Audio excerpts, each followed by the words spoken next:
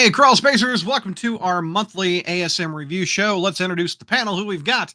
We've got JR. What's going on, JR? I'm still alive. Are you hanging Spider-Man behind you? What is happening with that Spider-Man doll? What's going on there? Oh, actually, it was Spencer's. It just has one of these little thingies that you can hanging from the top, and Okay. no, Okay. I thought you were hanging him by a noose since you love the Goblin so much. no. Maybe we would do that when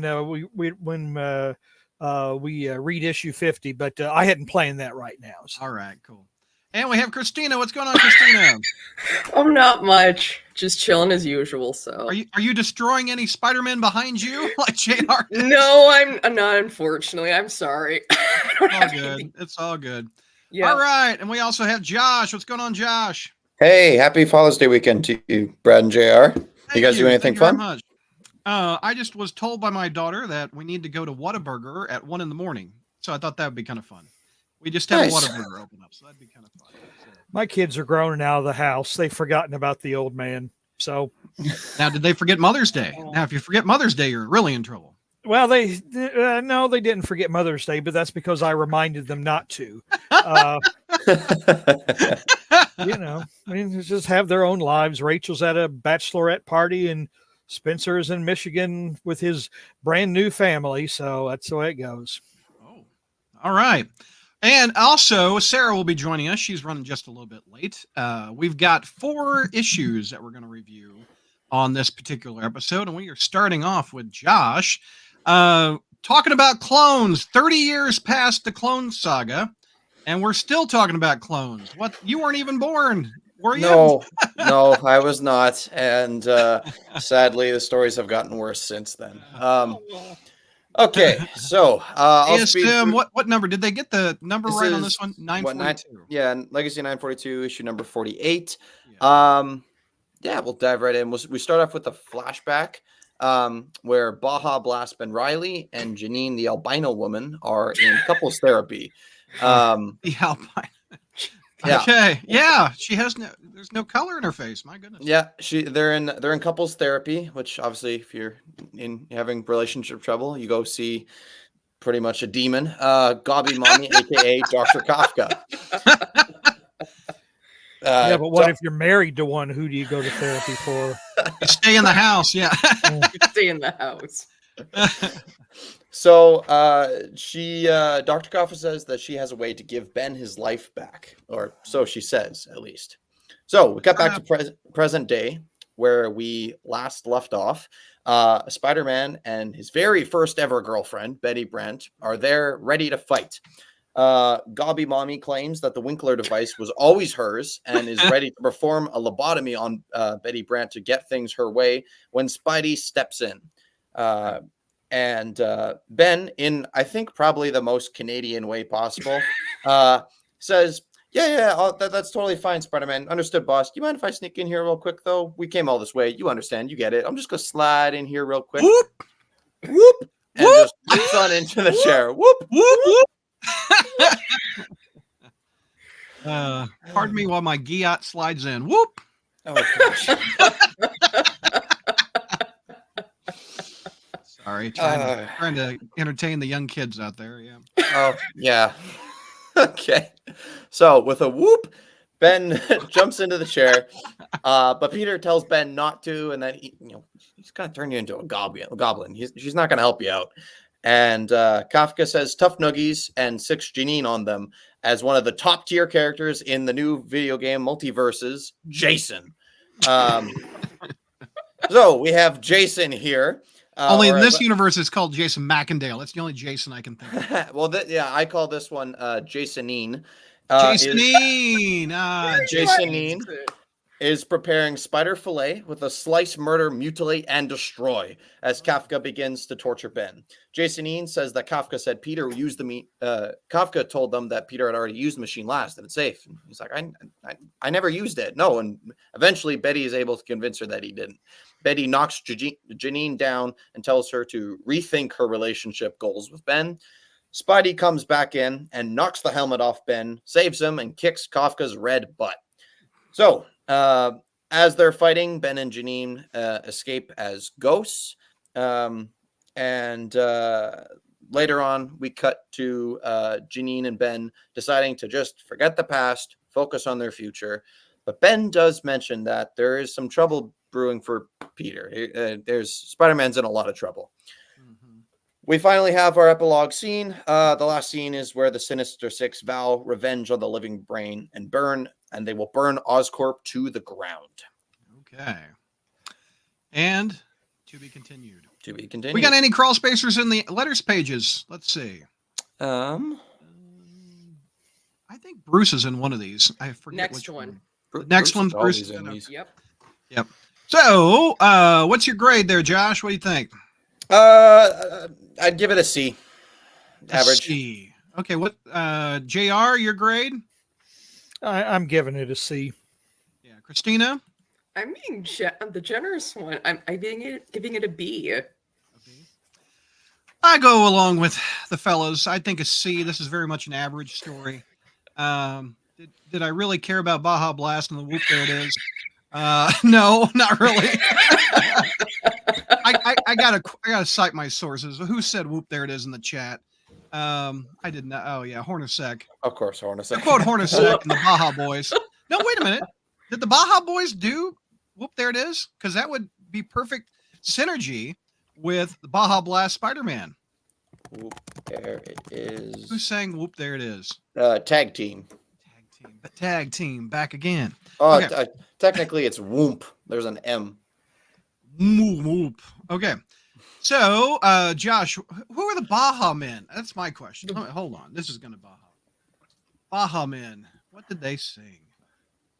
Who let the dogs out? Okay, never mind. Okay.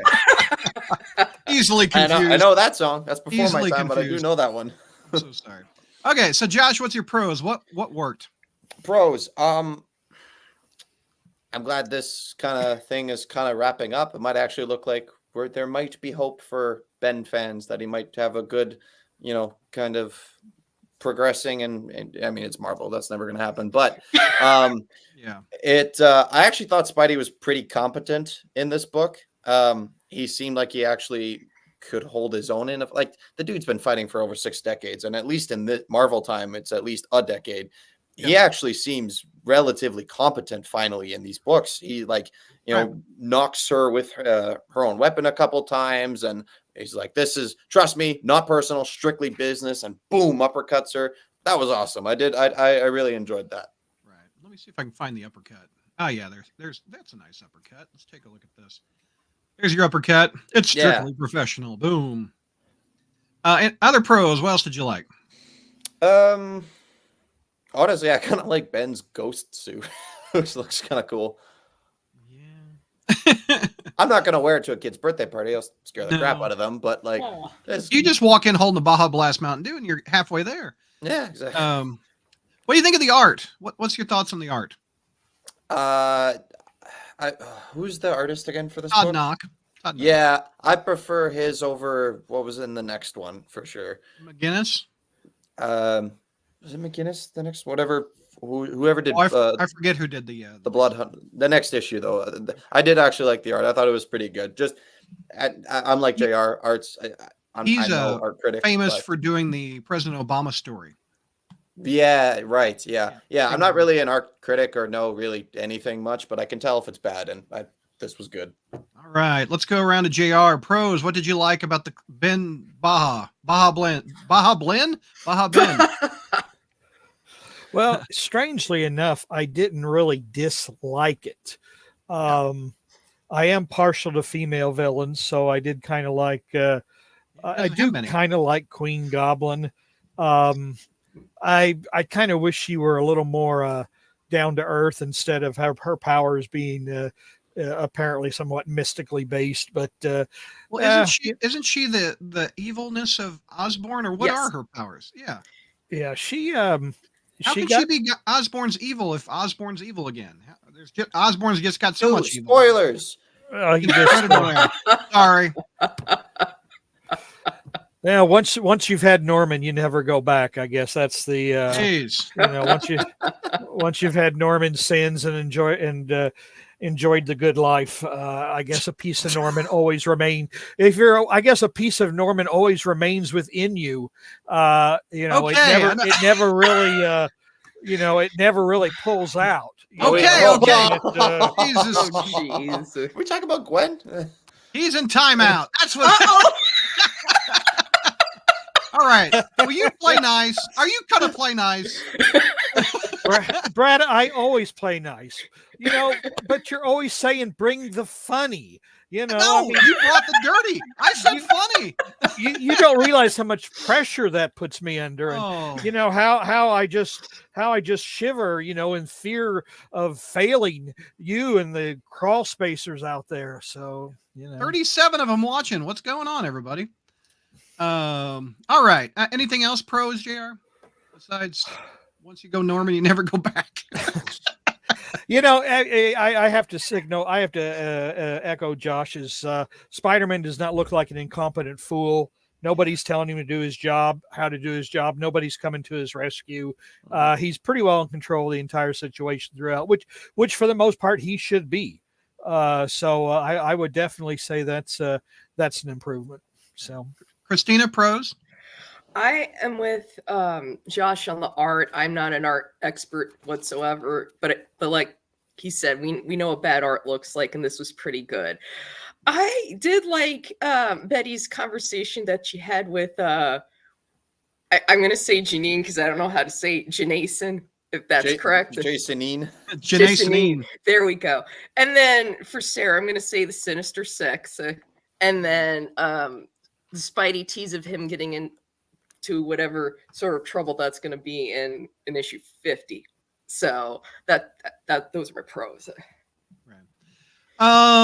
What has not been mentioned? I guess nice redemption of Ben Reilly, or getting back on the path, if you will. I understand that he can't be Spider-Man's clone. He can't have the same look.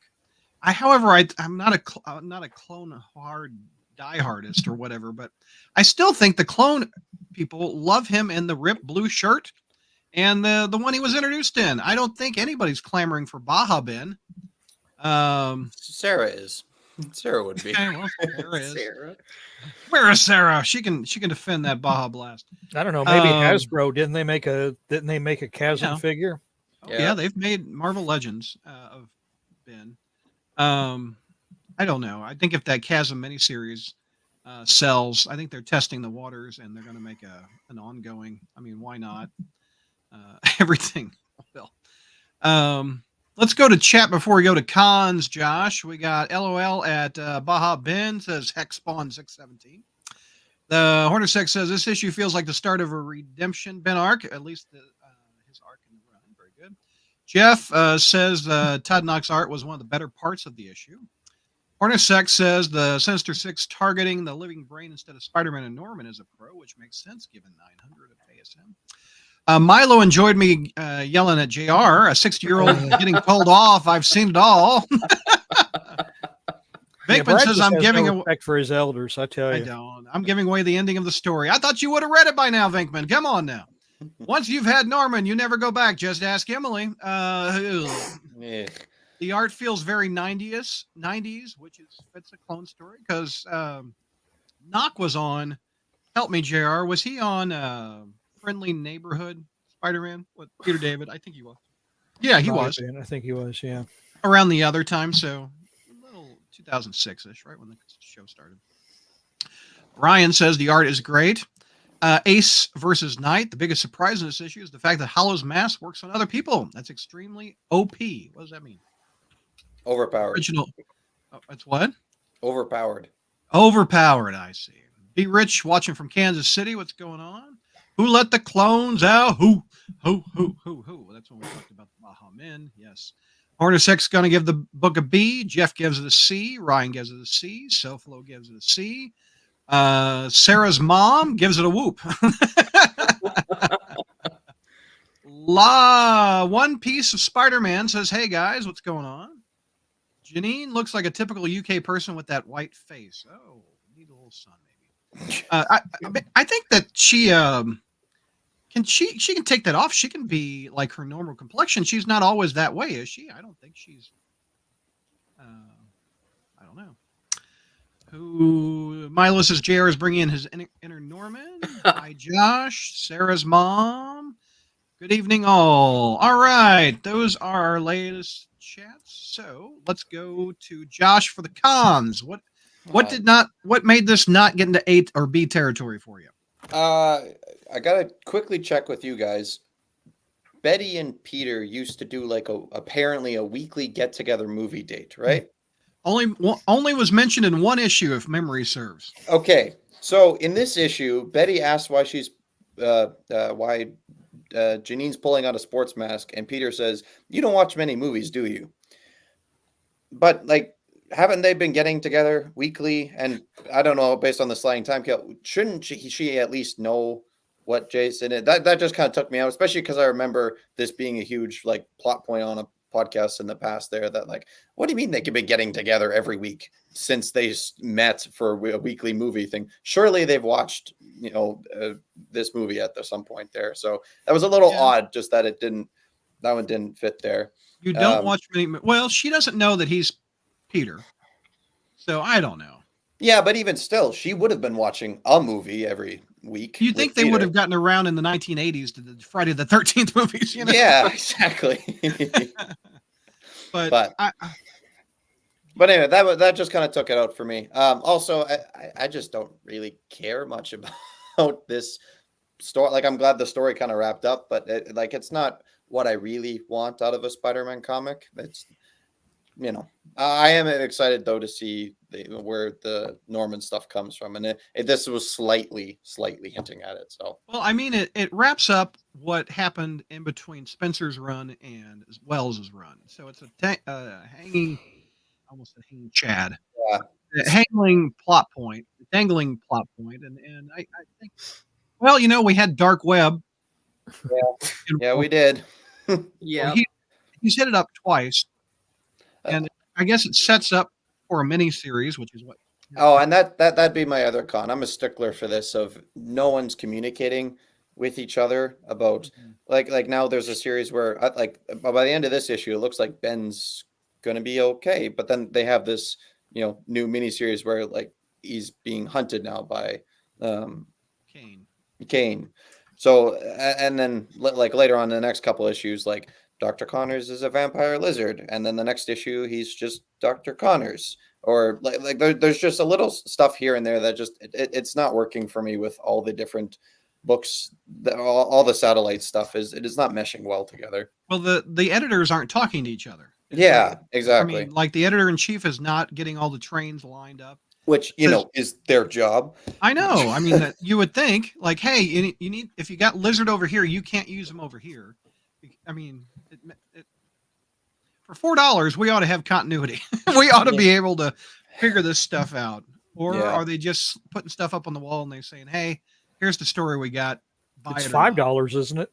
It is $5. Yeah. Yep. Any other cons, Josh? No, I think that's it. Okay, JR. I'm tired of them trying to make Ben and Janine happen. I mean, 30 years they've been doing that. I mean, and Ben, or his chasm's motivations belong to the Eddie Brock stupid motivation Hall of Fame. I don't have some of my memories. It's Peter's fault, and I want to kill him. It's like what. It just his antagonist, because it was the Beyond Corporation that effed with him, right? I mean, he doesn't remember that probably. And it's like, so he's got this grudge against Spider-Man, and because he's got amnesia, Janine, I don't know, ever really had much of a personality. I mean, other than just being Ben's girlfriend. Didn't she kill her father, or abusive father? Or am I misremembering? I don't know. Did she go to jail for a while too? Because she did. I think it's because she killed somebody. But I think it's her father. I could be wrong. But when I see her, it's like, oh, okay, she's just an appendage. She's just there to love Ben and sometimes fight his fights for him, and tell him how wonderful he really is, even when he's acting like an asshole. They're just a couple of weak characters. and the fact that Marvel just can't let them go is just very frustrating. Janine has a word balloon for you, JR. Why do I believe you?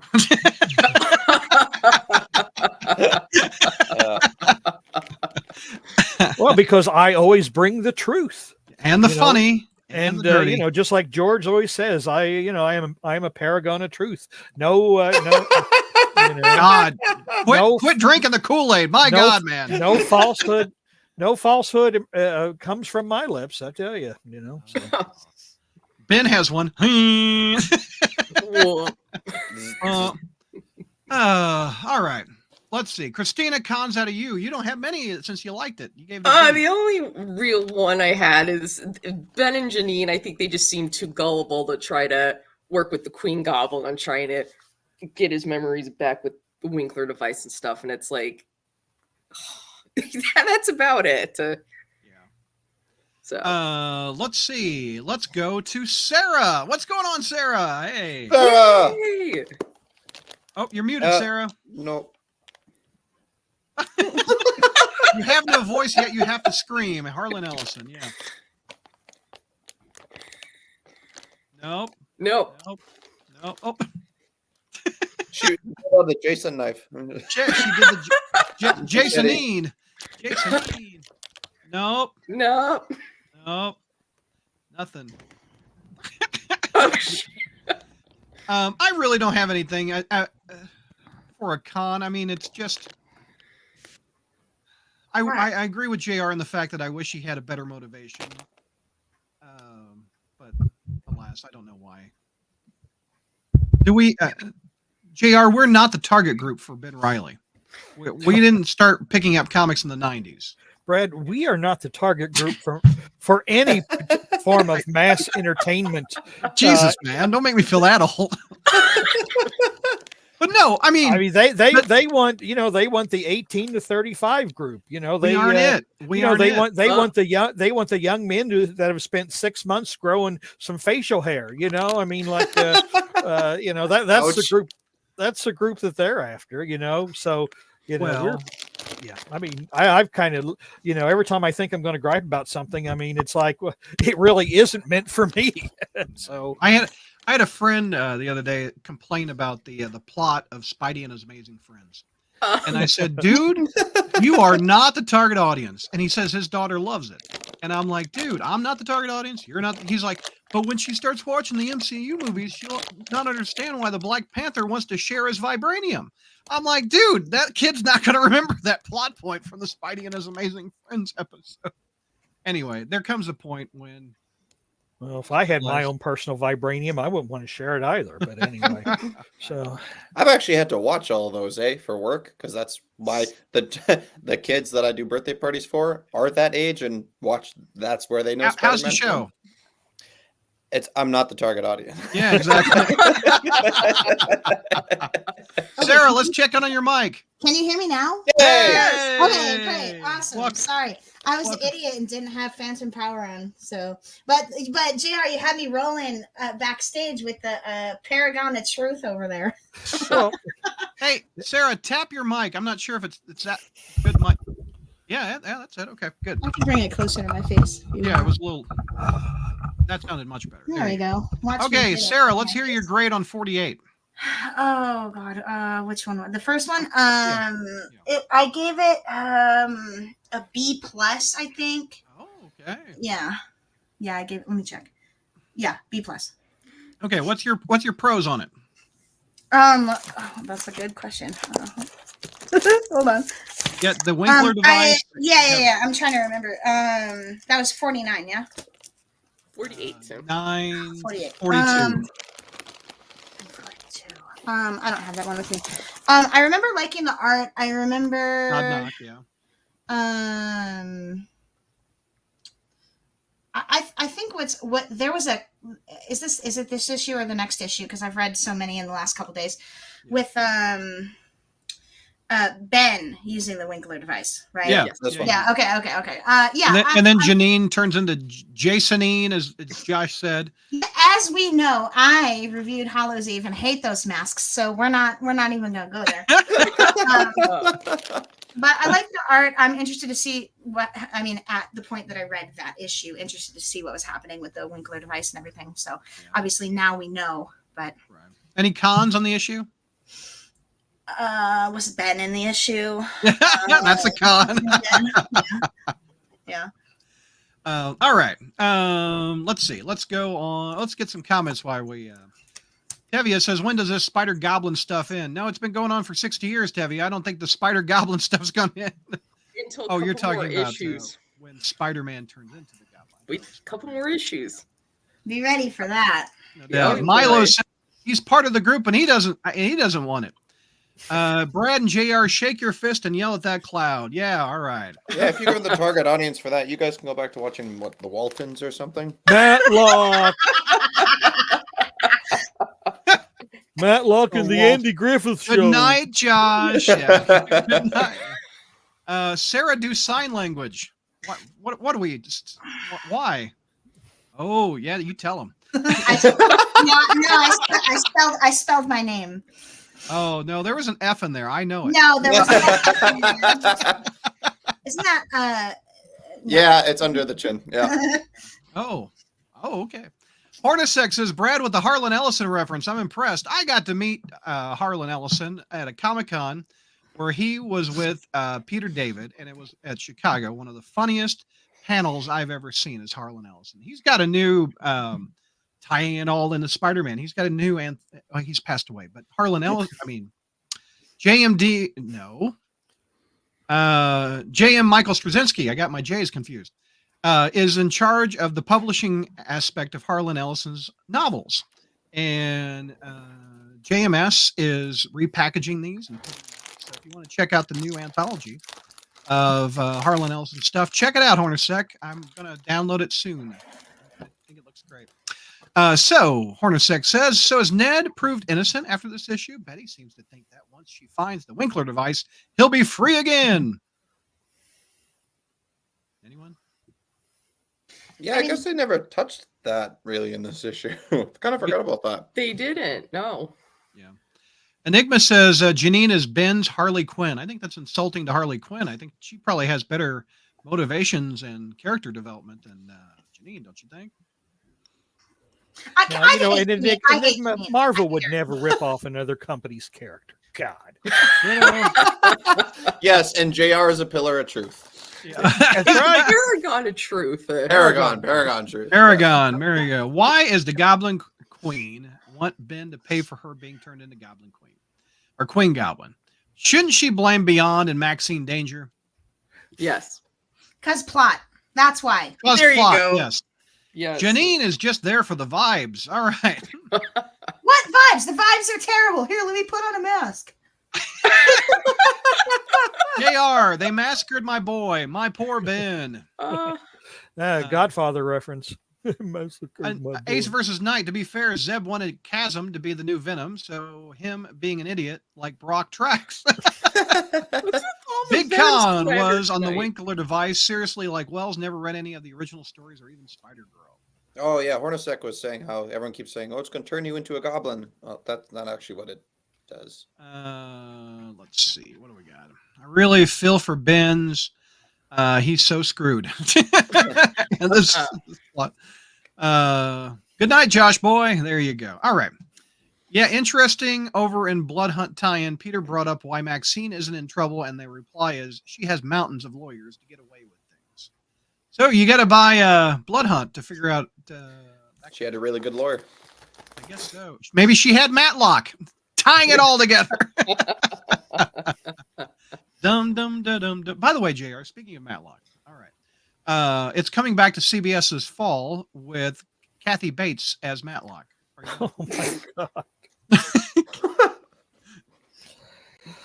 Yeah, she gives off Andy Griffith vibes. All right. All right. Just wanted to check. Wow. Wow. It's just wow.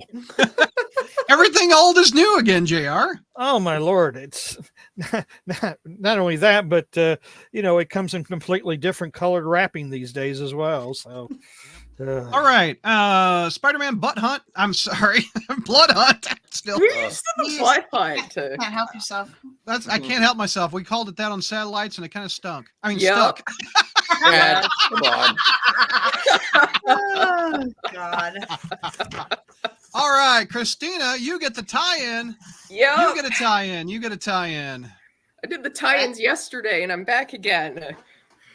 So Get it back again. Yeah, glutton for punishment. Yeah. oh, gee. And so the art is actually by JR. Yay. This time, so he's back. There's the creative team right there. Yep. And so we start off of the Upper East Side of New York with White Rabbit's goon called Kareem, who is looking for her, wanting to know if anybody's giving her any trouble because she's in a store right now. And nobody is giving her any trouble. She's getting something much more, and she has now been turned into a vampire by the store clerk. Okay. And so we cut back to New York, where it's under attack by vampires, and Spider-Man's trying to figure out what the problem is because the sun was supposed to come up all these hours ago and it hasn't been up. And so he's realizing he's fighting monsters, and he gets a text message from he thinks it's a friend of his asking for Spider-Man on 86th and 2nd Street. It's life or death. So he goes 12 blocks away, and he meets who it is, and it's Cream, White Rabbit's henchman. And he's trying to get Spider-Man to help him with White Rabbit and her issues going on. He doesn't want to do it, but he's like, look, you helped me out of a burning car. You help people. It's what you do. And he's like, what do we got to do?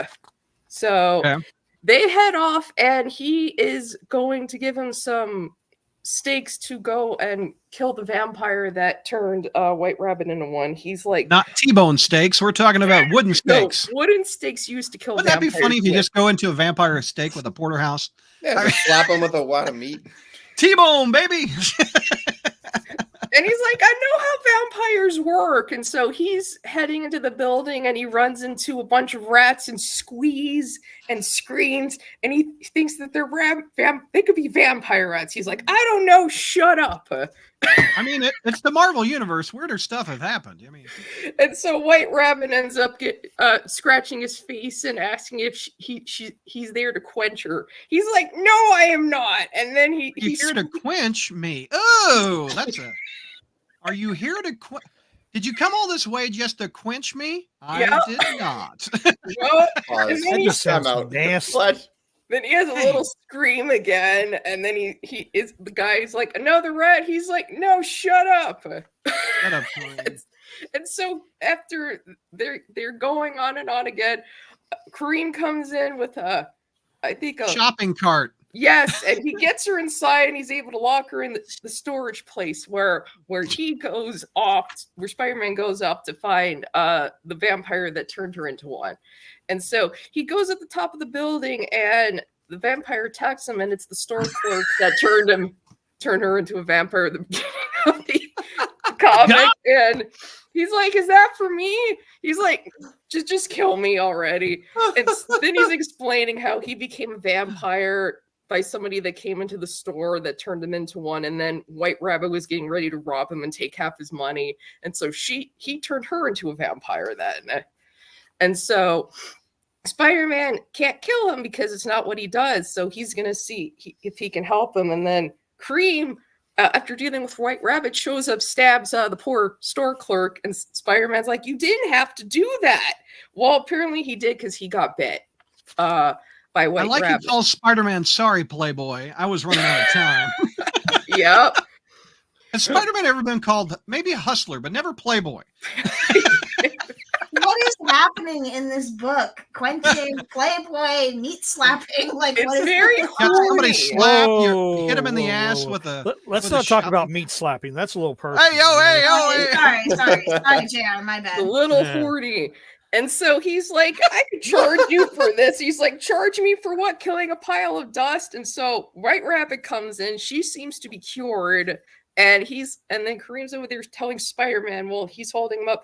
He's like, this is worse, Spider-Man. Nobody cares about a few casualties. And he's like, I do. So he leaves the building, starts just beating the crap out of a bunch of vampires and realizing that these are not monsters, these are innocent people that got turned into vampires, and he's trying to figure out a way he can stop this when he runs into the lizard behind him. And that is when it continues in ASM Blood Hunt, which we went over yesterday. So, and then Bruce's letter is in here. So let's take a look at Bruce's letter. Let me find it. There's Bruce.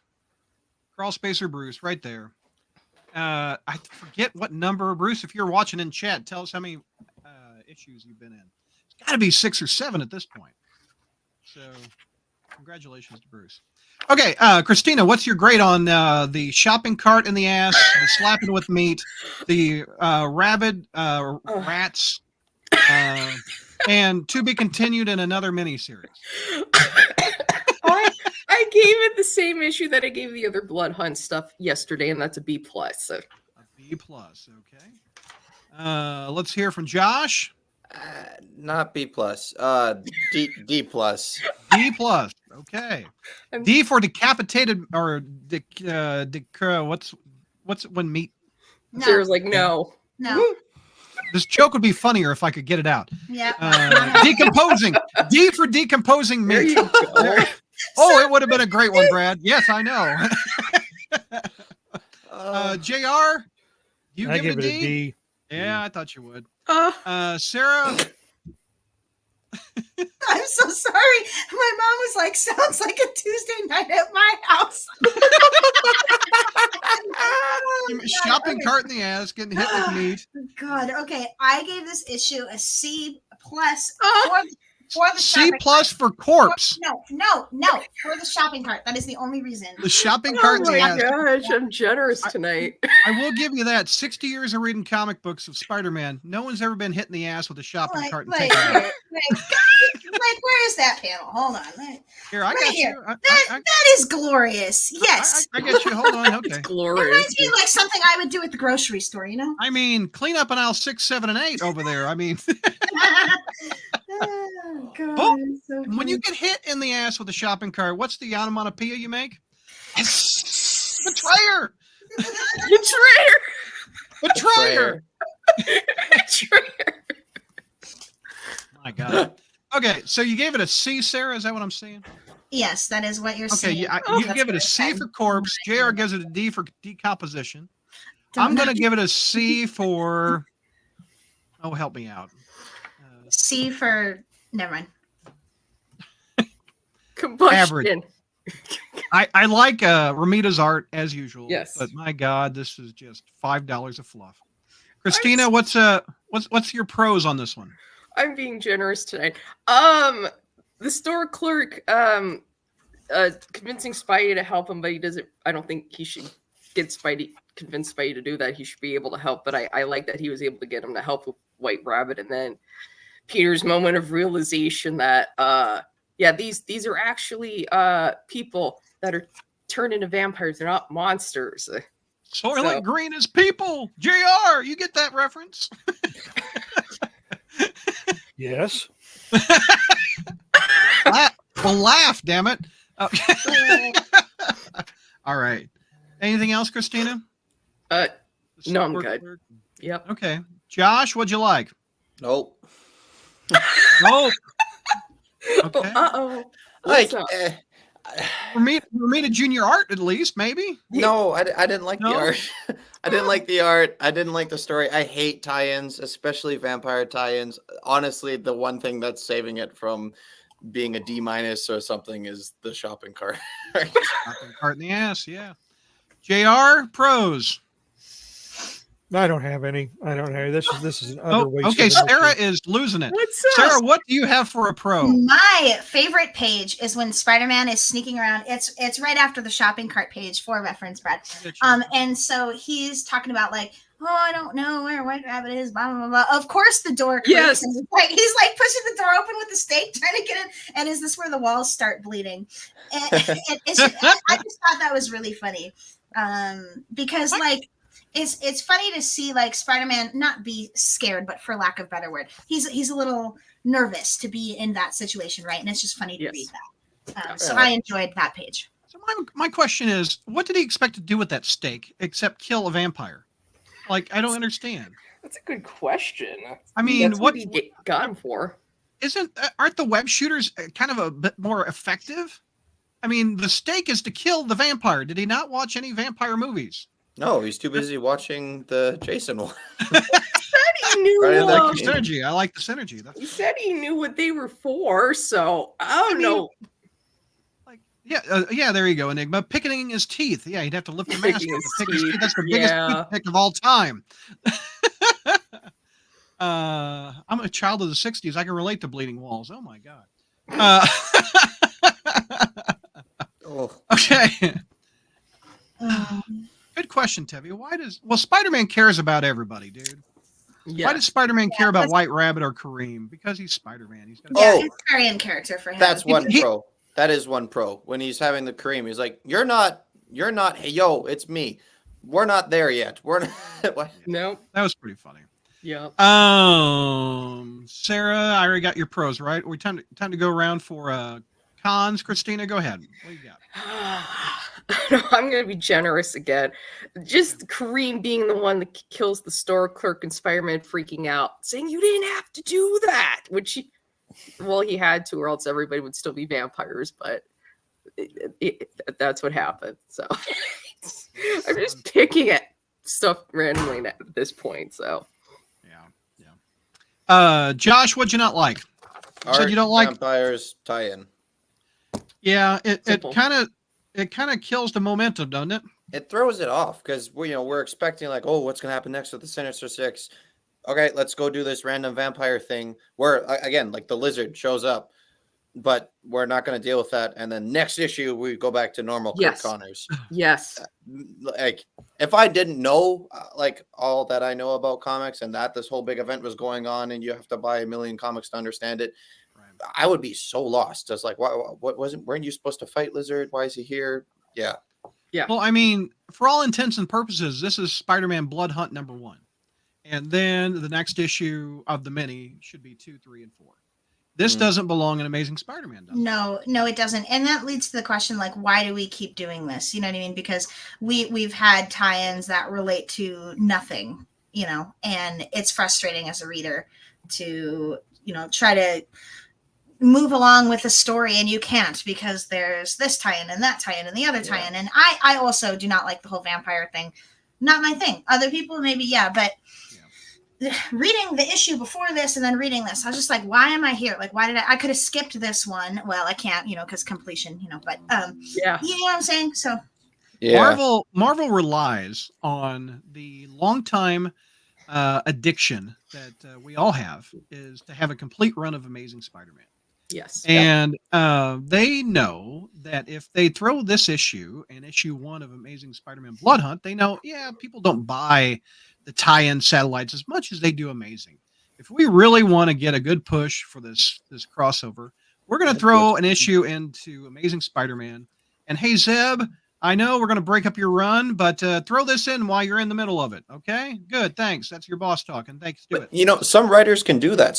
During Spencer's run, he was actually pretty good at, even despite there being a tie-in, he could kind of incorporate it into his story. Refresh me. What crossover did he have to mess with?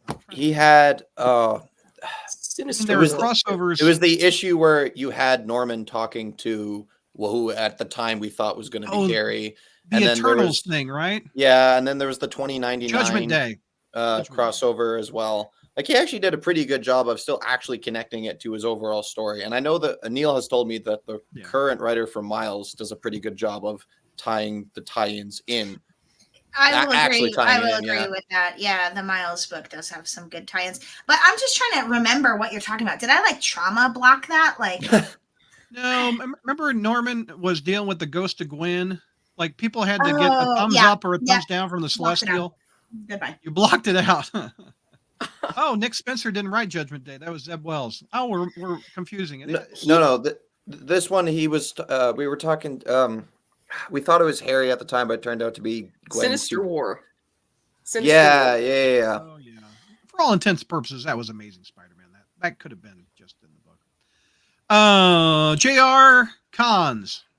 It's a stupid ass crossover issue. I mean, no, nothing different than anybody else has said. Really, it has no purpose, it has no place, and it's instantly forgotten. And it's just like I don't know. New York's. I mean, wasn't New York City just completely ravaged earlier by the what was that thing? Dark web gizm or whatever. And, Yeah. I mean, this Don't kind do of it when thing I'm taking a sip. this kind of thing just happened. Thanks, Kelly. This kind of thing just happened where New York was thrown into the abyss. It's tiresome. I mean, it's even more tired. It's almost just reusing the same damn plot. It's like New York should be. I mean, nobody should be living in New York by this time. I know it's comic books, but can you imagine what the insurance rates are for property? I mean, in Superior, we just had every single person in New York turn into Doc Ock by a spider infestation, and now every single person in New York is turning into a vampire. That's comics though. I kind of get it, but. Could you imagine a bunch of vampires running around like, you dolt? I'm gonna suck your blood, you dolt. Like what? Oh my gosh. Sarah, do we hit your cons up, or you got some? I don't remember, but nothing new that hasn't already been said. So, all right, let's go to chat. Let's see what they're talking about. Let me scroll way up here. I'm going to go these in order. The Dias cast. Thank you, A vampire with a trucker's hat. Yeah, that's new. I still don't care about White Rabbit. She sucks. Also, chat, put in your grade for what you think this issue should be. It'll be at the very end, and I'll get that in. Let's see. And he bit 2 friends, and they bit 2 friends, and so on and so on and so on. Why does Sarah have a Star Wars book? Because there's an ad on the back of all the comics to log on to that's your the Spotify. ad. Yeah, that's the ad. For the Star Wars, what is it? Playlist of various soundtracks of Star Wars, Yep. I think. Mm-hmm. I've been meaning to ask you all this. I'm curious because I read these 4 issues yesterday and today. Are you noticing a lack of advertisements in Marvel Comics for actual products that aren't Marvel Comics? Like back in my day, there used to be ads for cars and video games and M&Ms. We had an M&M ad on the back, but everything else inside of the comic is all for Marvel. Well, there you go. There's one. And what's that, Sarah? That's for what is that for? Oh, you're muted. I know. Good thing I was. I forgot which show we were on. It's Last Kids on Earth. It's like some superhero looking graphic. Yeah, but flip through that book. I don't have them right in front of me, Sarah. But do you see any other ads non-Marvel besides that? And Marvel has too many different things now. They have like TV shows, Netflix shows, movies. Isn't it part of Marvel's ad group to go out and get sponsorship for these comics? I don't see anything. Biggest comic book. And I've noticed this the last several years. There's not many ads in there. JR, what are your thoughts? Well, that's why they're raising it up a buck. They have Lego too, so.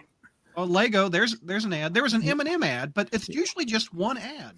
Yeah, I miss the ads for Grit and for the seed company or whatever, where I can sell seeds and make extra money and sell Grit and make extra money. You remember in the 80s and 90s, like Mile High Comics had the double-page yellow ad. They had New England Comics, like comic companies used to advertise. Yeah, but that's when the and I was about to say that this is going to sound the penetration rate, but there's comics are notoriously low. I mean, it would be a waste of money to advertise. You're reaching a very small audience. Your advertising dollars can be spent better just about every other media than comic books. The most recent ad I saw was the tie-in with Coca-Cola. There's a QR code in the back. And also the Coke cans have Marvel characters on them. But I think did you scan the QR code? Was it? I have not. But I think that's kind of smart advertising. That's probably a big ad client. I'm just curious. Every time I've been reading a recent Marvel comic, I'm like, you know what? There's just one regular kind of ad in here. Okay. Well, thanks, Sarah's mom, for me going off on a Star Wars tangent. So they sold an ad to Spotify on the back, is what I guess I'm getting to. And that's for Spotify. Sarah, on the back of that comic, isn't it Spotify? What? Spotify. What about it? It's Good. for Good? everyday streaming. Sorry, I like spaced out for a second. Yeah, it's listen wherever you stream music. Best of Star Wars playlist, which I don't know like why we needed an ad for that because we know John Williams exists and all the other. Yeah. Yes, we do. Enigma says meat slapping or Saturday night. Take your pick. All right. Jesus. What was the point of this tie-in? No, seriously, what was the point? It was to set up the ASM Blood Hunt other tie-ins. well, Spider-Man, ASM, Sarah, I've lost Sarah. It's to get people to buy the Blood Hunt miniseries. That's what it was. Actually, this was actually Marvel went easy on us Spider-Man fans this time, and unlike Civil War, where how many issues of Amazing Spider-Man did that take? 6. I think 6. But you know what? There was life-changing different stuff going on with Spider-Man there. Revealing of the identity, that was big. And then the shooting of Aunt May and the deal with the devil and all that stuff. There was a lot that affected Spider-Man. Wait a minute. No. Yeah, Civil War. Crime War. Was it Crime War? Gang War. Gang War. You're getting your wars confused. War of 1812, Spider-Man. That was we've had Civil War and Gang War. And JR actually fought in that one. Crime Wave. Yeah. Yeah, I still have my musket. So, wow. You should see a doctor. Tevio, I give this issue an F, mostly because I don't care about White Rabbit or any of these characters because this ain't interesting, but goddamn boring.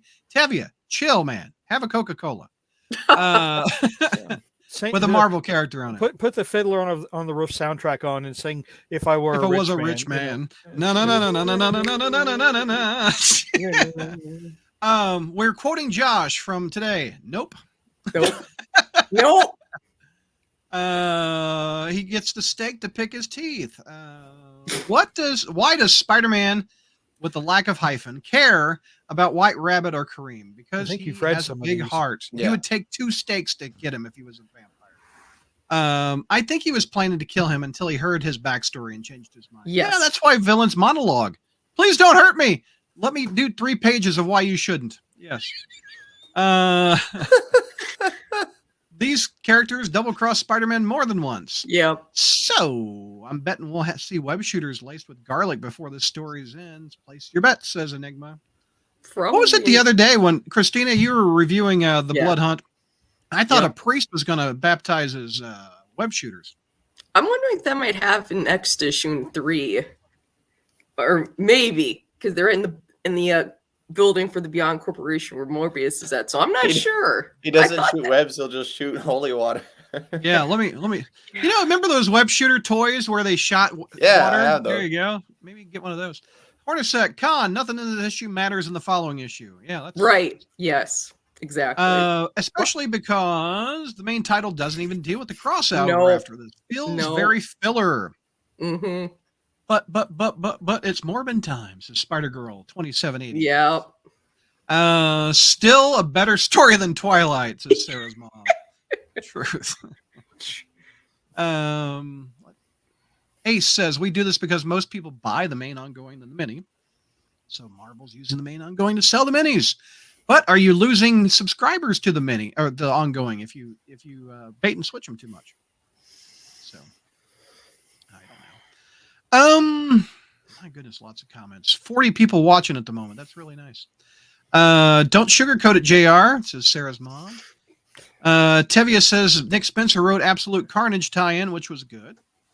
We need a Neil deGrasse Tyson type to explain how blocking out the sun would eliminate all life on Earth almost instantly. Somebody censor JR. I think that person would be YouTube. If he keeps going. Ace says, yeah, but Dark Web was about demons attacking New York, and now vampires attacking New York. That's totally different. Somehow. Let's see. By the way, still not Kelly, just in case that comes up again. I should probably switch over to YouTube. It's all good. Oh, you're on. Isn't that Laura? I think so, yeah. Yes. Are watching it on the Discord. I can see by the icon. I give this issue an F because I'm so tired of Spider-Man being an idiot in his own book. He wasn't an idiot last issue. Also, I'm tired of Kareem and White Rabbit. Can they both go away and bring back MJ and No Paul? White Rabbit being a vampire reminds me of the children's book Bunny's Binocula, the Vampire Rabbit. Can't say I read that one, but I gave it a D. I'm just kidding. I remember when Marvel Comics had ads of Larry Bird and Dr. J playing basketball. I do remember that. Marvel counting on the completist fans to keep buying ASM regardless of quality is why I'm not buying the books right now. I refuse to contribute to that problem unless something changes, says Venkman. Milo says he misses and loves those 70s Kung Fu ads. Ace versus Knight says back in the day they didn't have their own movies, games, and TV shows to sell, and they have to sell Star Wars merch too. I missed the ads for Sea Monkeys. I remember the ads for Ultimate Spider-Man the video game. When I was a kid, I used to learn about what the cartoons were like on Saturday mornings from the ads in the comics. Same here. Remember Spider-Man and Firestar and Iceman sitting around the big NBC conference table with gummy bears over here and Snorks? Yeah, that's how I found out. Yeah, it's an ad in old 80s comics telling you what's coming to NBC on Saturday morning. What's a Snorks? A snork is like a Smurf underwater that has a little blowhole up the top. That's Snork. Do a Google image search for a snork and you'll Yeah, Snorks blowhole. Got it. No, don't put the blowhole in your search. No. Go ahead, Google that. Go ahead. No, don't do it. Let's see. The back of the ASM book is a best of Star Wars playlist. That's me, thing. Brad. That's me. Oh, that's Sarah. Thank you for watching, Sarah. I mean, Laura's back. When you've been through so many wars, they all blend together. Yeah. Were there any significant events that affected Spider-Man in Civil War II? I barely remember. I remember Rhodey died in Civil War II. Captain Marvel and Iron Man got in a fight, I thought. That one was more so focused on Miles Spider-Man. Yeah, it was. Let's see. Don't Google blowhole. Good call. Okay. Did you take a look at what a snork looks like? I don't think I'm looking at the right Snork? thing. A snork. Oh, I've seen these things. Yeah, Yeah, they were in the 80s. Smurfs were very popular on NBC. That is not a blowhole, Brad. What is that? That is not a. I don't know what it is, but it's not a blowhole. It looks It's like a how they straw. get air. That's how they get oxygen. It looks like a straw. Like you could drink their brain fluid. All right, just for the video. No. All right, you don't want to see the snow? No. Well, I'm the host. We're looking at snorks, damn it. Oh, jeez. There's a snork right there. Uh. I'm not sure they've been seen since. Okay, let's do a little search of snork and Spider-Man. Let's see what happens. Oh, Lord. No. It's just Oh, you could be a snork. There you go. All right. Oh, Harnessack, that makes so much sense. Snorks have snorkels on their heads. Wow. Ah, it's a snorkel. How? Thank you. Very good. Holy snork. Milo, thank you for the super chat. Do you think Marvel will ever improve their comics within the next 20 years, or will it constantly be in decline? I wouldn't say it's constantly in decline. I think that's an overgeneralization, but because there are certain books, that we've talked about on the show that we do enjoy, separately. And ASM, though, if you're referring to that, I mean, there's ups and downs, right? That's part of the roller coaster of the entertainment industry, right? So I don't know. I don't know if I would say it's constantly declining, because it's not. Yeah. JR, your thoughts? I was going to say within 20 years, it's probably a good possibility that Disney will outsource all of this anyway. I'm surprised they haven't now, to be absolutely honest. I mean, why should they, and the same for DC and Warner Brothers. I mean, why should you have your own, have to spend money developing your own comics when you can just literally license them out to somebody else and everything is pure profit coming to you. So, but we've all forecast the demise of the industry for years and it still hasn't happened. But I do think within 20 years, we'll see it outsourced to other vendors. In 20 years, will it be paper? It doesn't matter. JR's not reading it. I'll be dead. You will not. You'll only be 95. I'm just. I really hope they continue to produce comic books and other forms of media on paper. I prefer that. So there is a difference. Yeah. mhm. Yeah, I agree. But what I don't even know how many people, because they don't release the numbers, how many people pick up Amazing Spider-Man? It's less than 100,000 people across the world, I imagine, I don't know. per issue. But I think it's usually in the top 10 when they release how many comics and units sold. I think it's usually in the top 10. So, yeah. Tevye wants to know, outsource to who, JR? Basically, anybody who wants to, write and generate and print the comics. I mean, there was a rumor years ago that Robert Kirkman was going to was going to do some of it. I think Todd McFarlane is. I mean, not that he will, but I mean somebody like that. Somebody who's got their own money, who loves a particular character or loves a particular book, or Well, if you go back to the 90s, they outsourced it to Jim Lee and Rob Liefeld. Yeah. And if you look at the Transformers property and the G.I. Joe, they did outsource it to Robert Kirkman, and he's doing very well with it. I mean, there's always going to be, and there'll be some, Jeff Bezos type entrepreneur, that may very well get a thrill out of publishing comic books. I mean, comic books aren't going away. They're not. I mean, they're not going away. Newspapers aren't going away.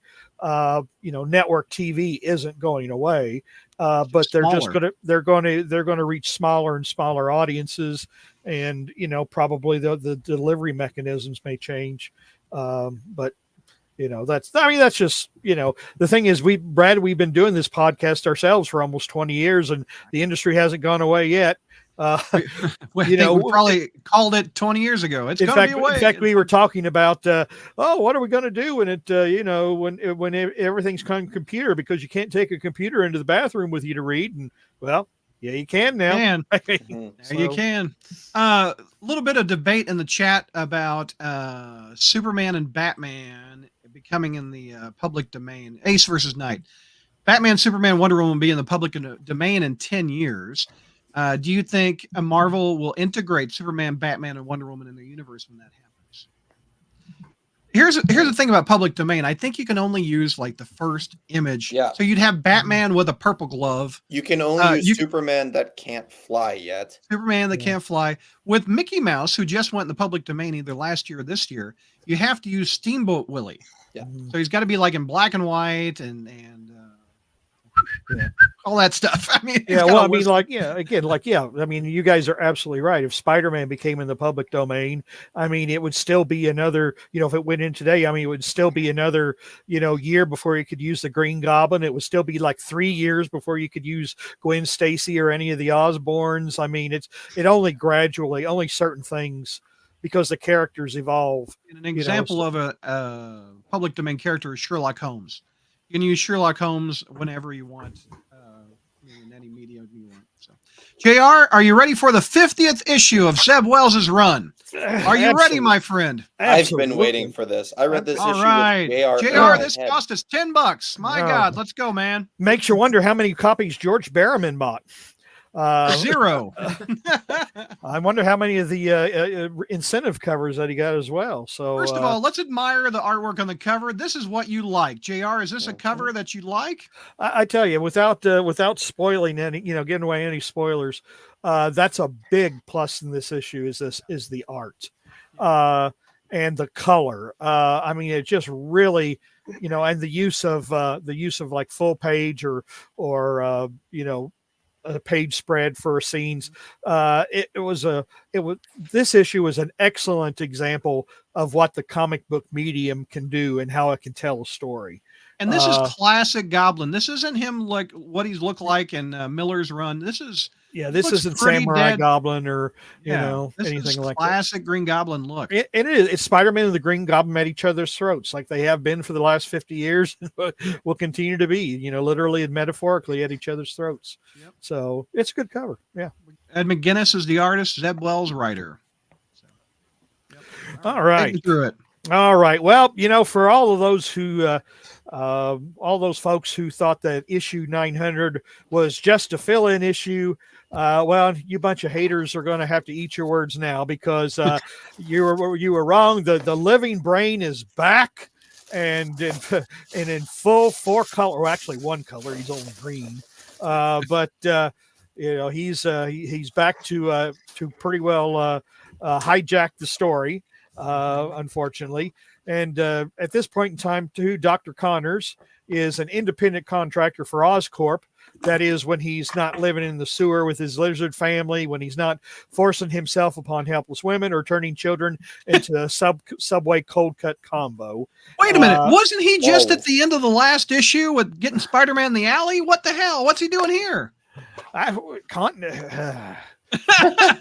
Yep. Didn't we just discuss this, Brad? Or We did, but why? Is your memory even more porous than mine? No, my brain looks like this. I mean, come on. If you got a green brain, there's something very wrong. Well, it's all the Mountain Dew. Fair. So anyway, so the living brain, the whole idea, the reason it's at Oscorp and is one, it knows that Peter is Spider-Man, and supposedly, Norman has it down there for people to dampen it so that it can't release that information out into the general public. But unfortunately, living brains will be living brains, and they are able to outwit all attempts to restrain them. And so the brain issues a ticker tape message that Dr. Connor sees and realizes that I better contact Peter Parker.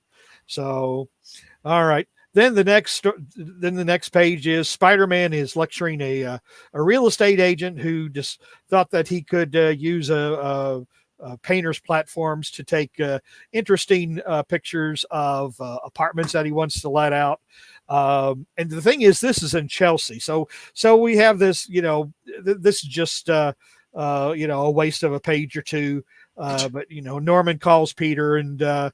And basically they say, he says, "Are you renting in Chelsea?" Because they're in Chelsea. And it's like, oh, wait a minute.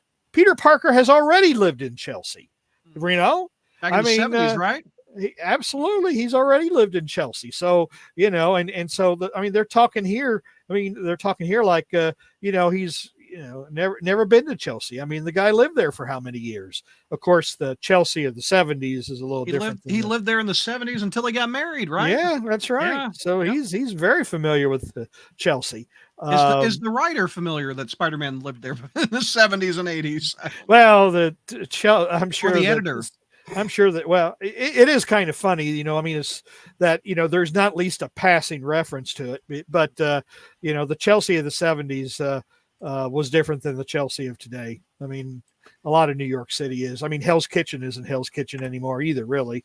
Daredevil made it safe for foreign automobile dealerships on every street block. So anyway, Norman wants Peter to come in because Dr. Connors wants to talk to Peter Parker. So Spidey, takes off, swings to Oscorp. And once he meets up with Dr. Connors and he's shown the ticker tape, and boys and girls, I tell you, you really have to go back. I mean, Wells has done his homework here, or somebody has for him, because if you remember the Living Brain's first appearance in the Amazing Spider-Man number 8, probably back in 1963 or 1964, right. The Brain would answer questions with a ticker tape. But it would be in symbols. But somebody asked the Brain, who is Spider-Man? And it came out in symbols, and Peter was given the job of translating it, but he lost it during all the excitement of the chaos the Living Brain caused. But this time, the message is that Peter Parker is not Spider-Man. So what does this mean? What could this possibly mean? Well, I know that we don't find out in really either of the next 2 issues. So, I guess that'll remain a mystery for a while. But then another message is coming through. The scene shifts to Peter visiting Norman in his office, and Norman's doing a little mergers and acquisitions, basically, in the years since I merged with the Carnage symbiote, then I ran Ravencroft for a while, and all that kind of thing, and then I got my sins taken away and stuff. I've kind of let the company. Well, actually, he lost the company, to be honest, because Liz merged it into Alchemax. So although Norman probably still owns a chunk of Alchemex since he has what was his name, Mason, whatever that the Abraham from the Living Dead. When Norman was in disguise, he helped Mason Banks. He helped set up Alchemex anyway, so Norman probably has some kind of ownership in it. But anyway, so Norman is shuffling papers, and Peter says, "Yeah, Living Brain's sending out some weird messages here, and he's only it's just like 3 words, Klaatu, Barada, Nikto. Oh wait a minute, no, that's not it. That's not it. That's from a 1951 movie called science fiction classic called The Day the Earth Stood Still. So anyway, so Peter said nobody got that. Nothing. It just see. This is why it's not. That was even farther back for me. I was about to say that Wow. that sank worse than one of Brad's jokes. Michael Rennie, Gort, anybody? Does anybody remember that? Bless you. What the hell's wrong with you, Chair? Go. 1951. You say Gort? See, this is why it's plausible when I said the Waltons. Yeah. Gort. That was in it. You don't remember Gort? No. Was that a Muppet? No, Michael Rennie was always the Muppets with you. Come on, you guys. Hornacek knows The Day the Earth Stood Still. Hornacek is face palming at the moment. He doesn't get your bit. Oh, he did. He got the reference. Okay. Well, there's 1 out of 1,000, JR. There's always. Oh, come on. It's a classic. Patricia. It's a classic when the door opens on Osborne's office. Oh, yeah. Brad here said, let's get back to the topic at hand, JR. First of all, they don't sound like this, JR.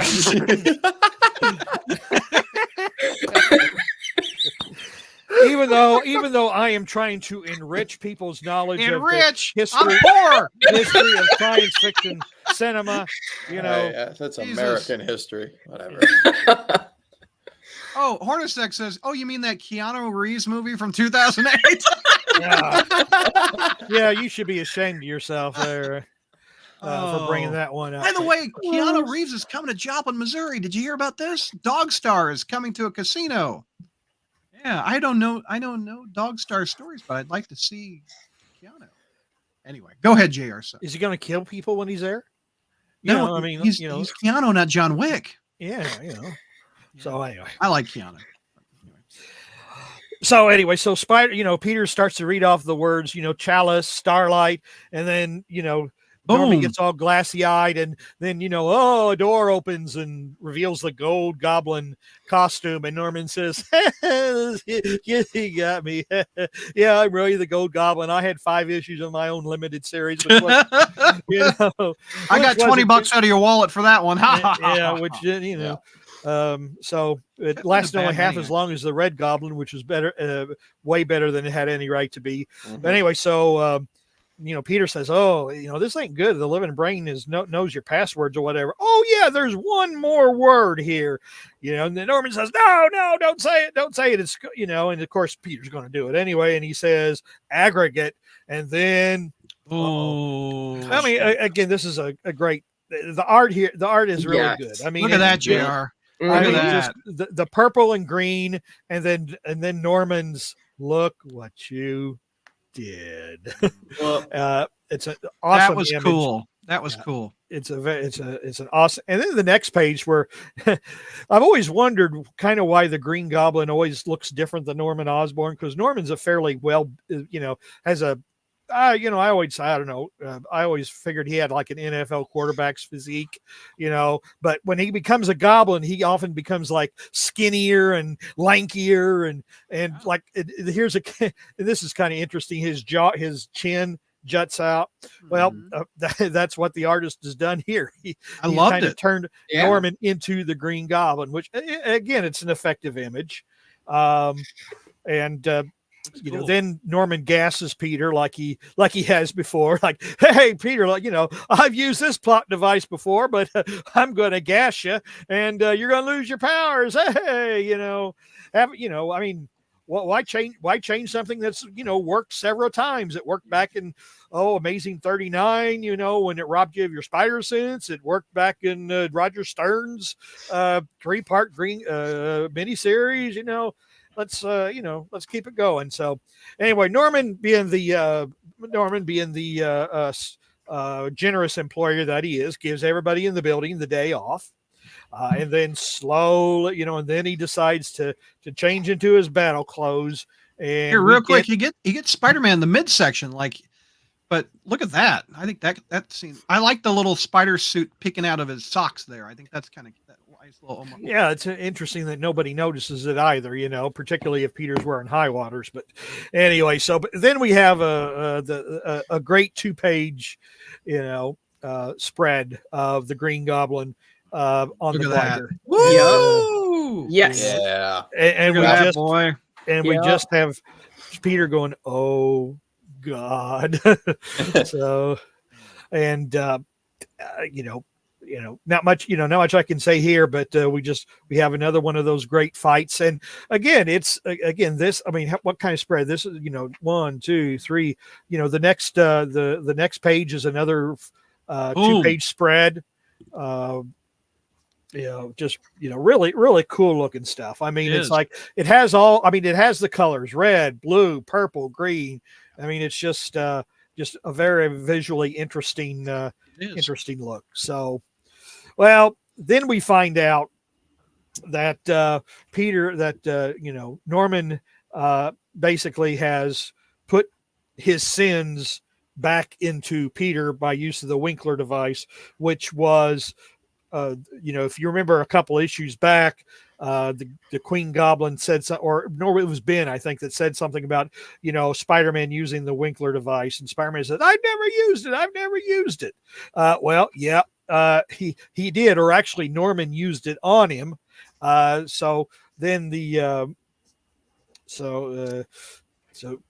beginning to realize that, the Goblin is saying, I rattled around in your brain, and you're not, I'm not done with you yet. But then I think I might be jumping ahead a little bit, because actually there's something interesting where Norman starts like, oh God, I tried, Norman, and then he smacks him, snap out of it, kind of like that. So, but, anyway, here we go. Here's the snap out of it panel. I had visions of Cher and Nicolas Cage with Moonstruck with snap out of it. Yeah. With that. Now, the living brain becomes the walking brain. We can't pass that. We can't pass that moment. He's over there. Yeah. Walking brain. Yeah. Soon to be an action figure. Marvel Legend, probably. Yeah. So now, and then back to the Peter says you didn't. Well, anyway, they're kind of talking about Norman and the Green Goblin being different people. Did the Goblin, like the Goblin took control of me. I didn't have any choice. And Peter says, did you show him my lab, or does he know what's in my lab? So this is kind of, so this is Peter's own version of Brer Rabbit. Please don't throw me in the briar patch. No, we didn't get into my lab. I hope the Green Goblin doesn't know what's in my lab. So they go, they crash into the lab, and Norman says, oh, gee, this is just a bunch of my shit. It's like, it's mine. So I'm going to take it back anyway. And then, and then he gets gassed. And the Green Goblin goes, crap, I've been farted on. And, wait a minute, that's not in the panels. And Peter says, no, I just added that flatulent smell for effect. But what it's done is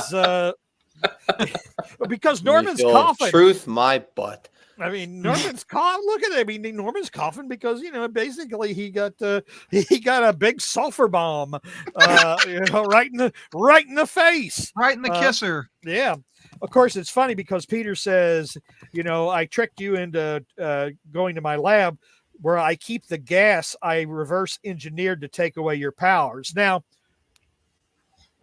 theoretically, I suppose Peter could have done that, but created a gas. But actually, when he did it the last time, didn't he use like nanites, instead of gas? Didn't he create during the JR? That's one of my biggest pros. Spider-Man being proactive in this issue, where he had a plan, and I like that. Did you like that too? I did. Well, yeah. I mean, as he would have a contingency plan for Norman going bad. Absolutely. I thought that was nice. He wasn't such a sucker. But I think the last time he did it, though, that he took I'm trying to think. I think the only time he took Norman's powers away, but he was using nanites. That was at the end of the Superior superior Spider-Man run. But anyway, I guess that's neither here nor there.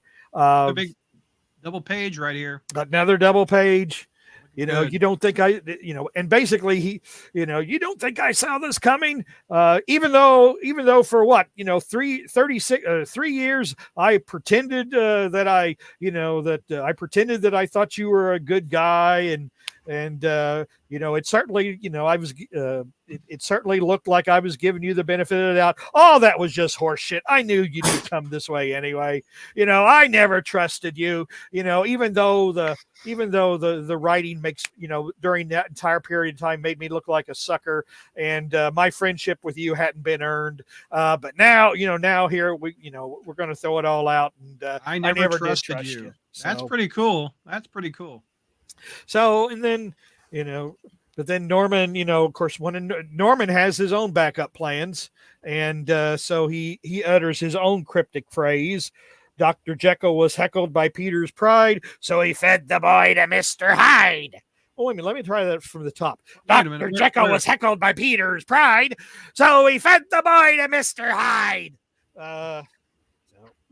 And then so that's when, and then Peter, Spider-Man starts laughing, and the Green Goblin says, well, I might as well take a cue from Willem Dafoe's portrayal in Spider-Man No Way Home, where I say, attaboy. Well, and then Peter is laughing maniacally because now we have revisited a plot line that we just left a few issues ago, where Peter has Norman Osborn sins again. Last page of the story is Craven digging out the spear that allegedly held Norman's sins, but as we find out, the sins have already gone home to their master, to where they belong, to be continued. All right. So for the main story, what do you give it for the grade? I gave it a B. Okay. I thought it was I kind of enjoyed it. And Norman and Peter get off good lines and beat the crap out of each other, which is what any good Spider-Man Green Goblin fight needs to have. So. Sarah, what's your grade on it? I give it an A-. Okay. Josh? I gave it an A. Okay. Christina? I gave it an A- as well. I'll give it an A- also. I dug it. JR, before we get to the little other stories at the end, let's do your pros and cons of just this main story. What's a pro out of you, JR? Well, I mean, the art. I really looked really good. I really enjoyed the art of this issue, and I really enjoyed, like I was saying earlier, just using the comic book format to tell the story, and by busting out the panels and by having fight scenes spread over 2 pages, it's a great example of the way to use the art form. In that respect, it's a superior issue. Right. Any other pros? Let's hear from Josh. What'd you like, Josh? That's, if you can pull it up, the splash page where Spidey says, "I'm on my way." Yes. Yeah. That's a poster right there. I am a sucker for any page poster like that. That is awesome. Ed McGuinness totally nailed my art standards are like none, but this was awesome. Yes. He had so many great and just page layouts, like JR said, letting the comic, using that medium to tell the story. I don't know what it is about this issue, but I liked it better than issue 900. I don't think his art was as good on 900 as this one. Maybe it's because he likes drawing a goblin, but this one I just thought was above and beyond other stuff we've seen. Maybe he likes this story better than that stupid ass story he had to tell in 900. Yeah, and that goes to show you a good story mixed with good art is there's something to be said for it. If you have a lackluster story and the art's amazing, you still anyway. Or sometimes if the story's not good. I mean, didn't Eric Larson used to say that for Mackey's early run, he just phoned the art in because he hated the stories? Right. So, Christina, pros out of you? Like all those panels that we pointed out, like the Spider-Man one we just pointed out on page 6, the one on issue 13 with the door lifting up with you see the Green Goblin costume, and then number 20 with the big one with the Green Goblin revealing the suit and stuff.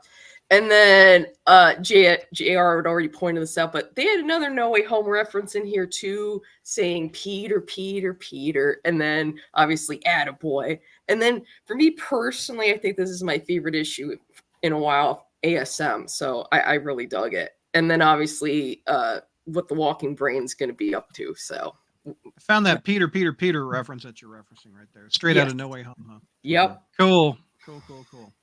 Sarah, pros out of you. Something that hasn't been said. My favorite part of this book, what other than the splash pages, is when Norman is giving everyone the day off. And, yes.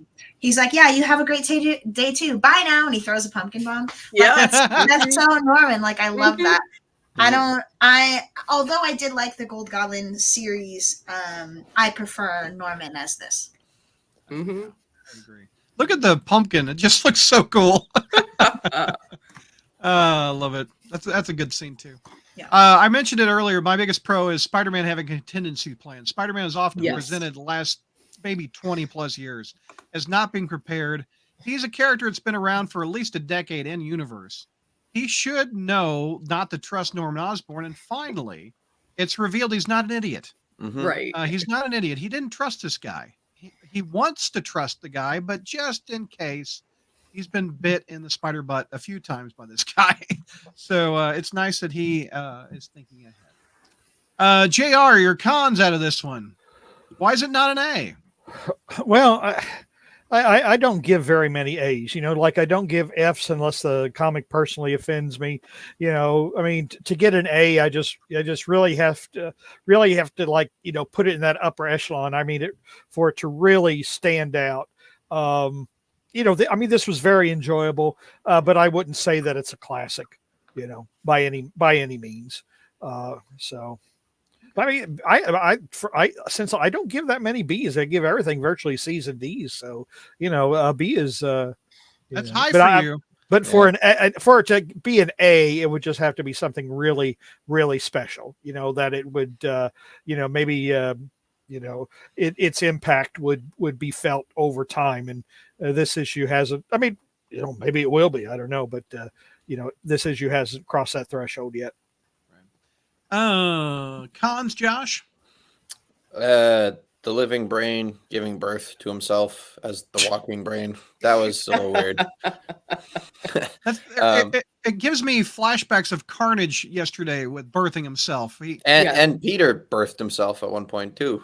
Peter birthed himself? When did Peter when he was he cocoon spidered himself or something. Yeah. That's right. Yes. Awkward. Yeah, and then the time he transformed into a spider, the spider died and he burst out of the spider's body. He did that too. So, yeah. Christina, cons out of you. I don't really have any. I think this is the strongest issue we've had in a while. So, Mm-hmm. All right. Sarah? No, nothing that hasn't been said. Okay. JR, let's go through the backups. The reason this book is $10. We have the first one, which is kind of a milestone, JR. The Marv Wolfman, the co-creator of Black Cat, came back for the first time since what? ASM 203 or 202 or something like that? Well, yeah, Wolfman's run on Amazing ended in, I think, 204. 204. Yeah. So 1980. So 40 plus years is the first time Marv Wolfman's come back. Check out a Crawlspace interview I did with him. He's a nice guy. Really, I liked his Spider-Man run a lot. Oh yeah, I mean it's nice to see him returning to his character he co-created, which is the Black Cat. However, I don't think this Black Cat is the one we've been reading. This seems like a Untold Tales of Spider-Man Black Cat story. Yeah, it could be shotgunned in anywhere during the continuity. I mean, it's just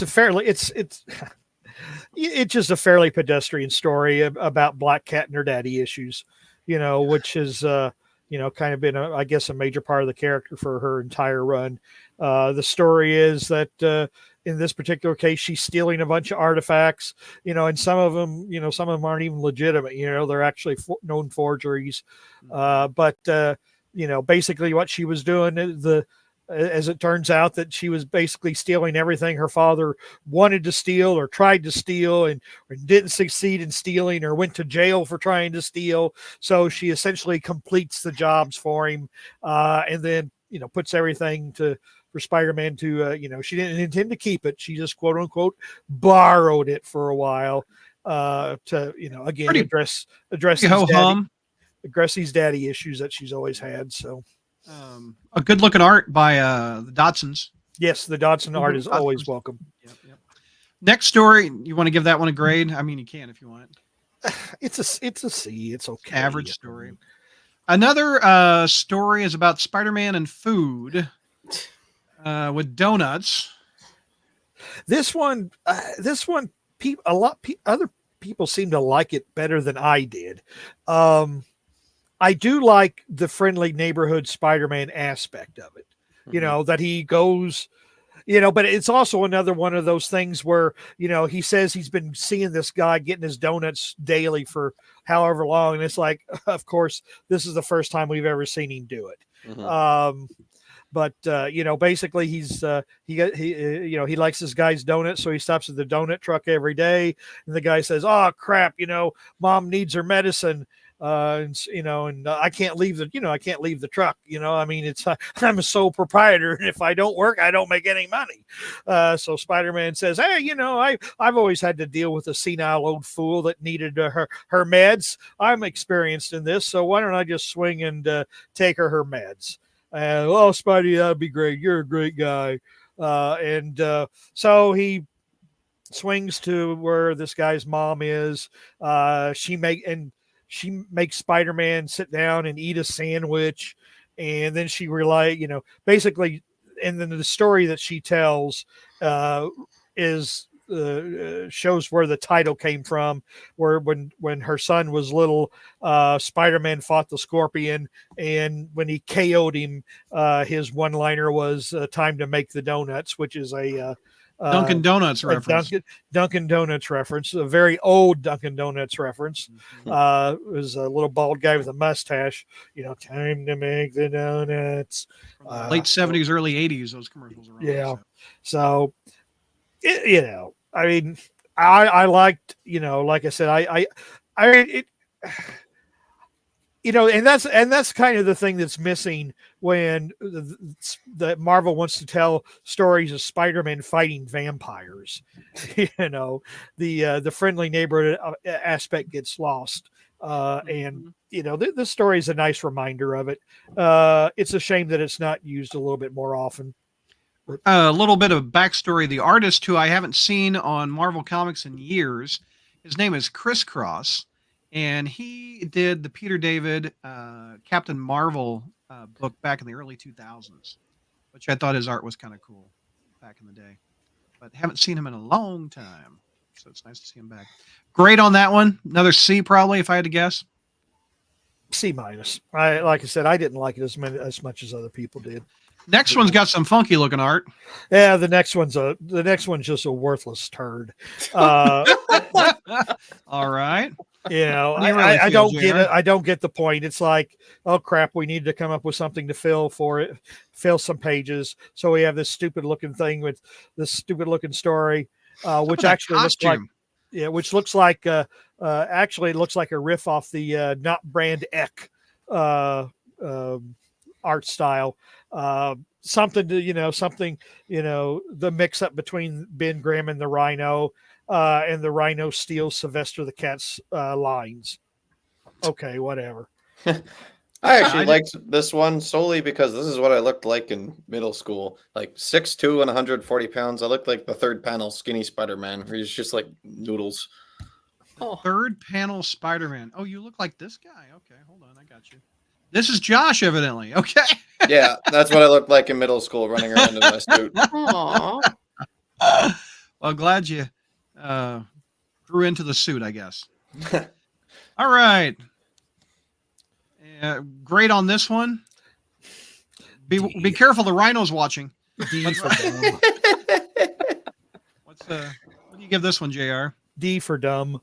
D for dumb. Sounds about right. All right. I mean, come on, it's a comic book. I don't, I mean, we're not supposed to take any of this seriously. It's a fun, it just wasn't my thing, All right. The fourth backup. I'm not amused by these as much as some other people are. Fourth backup. Yeah, the fourth backup. Basically, Spider-Man and Thor walk into a bar, and and a bunch of and actually, this is kind of funny because Spider-Man doesn't. They walk into a bar or whatever, but he doesn't tip the hat check girl, and it turns out that the hat check girl is a witch. And she puts a curse on him, which is like these little green monsters start nipping at him. And actually, I was amused by this only because it brought up a personal experience. Before I got married, you and Thor in a bar? Well, I went with my old college roommate to several bars in New Orleans, and this is before I got married.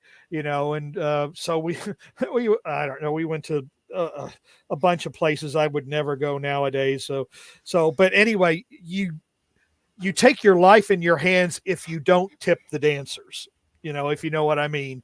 Okay. And so my buddy and I, we tipped the young lady appropriately. And we got up to leave. Those nipping at your heels, you got to go go to Dr. Strange. And, one of the bouncer said, "Hey, did they leave a tip?" And the dancer said, yes, they did. But the one time we didn't, though. Here it comes. There was this old crone, who looked like, she'd spent the last 100 years in the bayou. And I don't know. Oh, wow. I mean, literally, it was like and I don't know why we didn't tip. I don't know why, because usually we were smarter than that. Where's George when I need him? And but it was like, so my buddy and we got up to leave, and then this old crone pointed her finger at us and said, "They didn't leave a tip." Oh my God. and then JR runs for the door. We were cursed. We thought a curse had been placed on us. So when I saw this about Spider-Man getting a curse placed on him because he didn't tip the hat check girl, that took me back to 1987 in New Orleans. So that was before Katrina flooded it and everything, and before it turned into an even bigger shithole than it is now. But anyway, Dr. Strange apparently is practicing some kind of self-mutilation. And Spider-Man says, I got these green ghoulies nipping at my heels. Can you get rid of them? And Strange, stops his self-mutilation for a while and takes him away, banishes them. And Spider-Man leaves with a sucker, He does. But you're great on the sucker. Yeah, I don't know. I don't know if like Dr. Strange is like, it's like, I guess, being a doctor's office or whatever, if anybody comes to visit Dr. Strange, he's got some suckers. It's like, hey, doc, cast a spell, cure me of something. And Dr. Strange says, oh, by the way, take a sucker on your way out, But great on that one, JR. D for dumb, Yeah. I enjoyed JR's story about getting a lap dance from an old lady better than no, I didn't get it. No, I didn't. No, she didn't give us a lap dance. No, we would not. I know. I was too cheap to pay for lap dances. I didn't want to spend the extra money. Can you imagine JR drunk getting a lap dance, talking like the Goblin? I'm gonna make it rain. Yeah.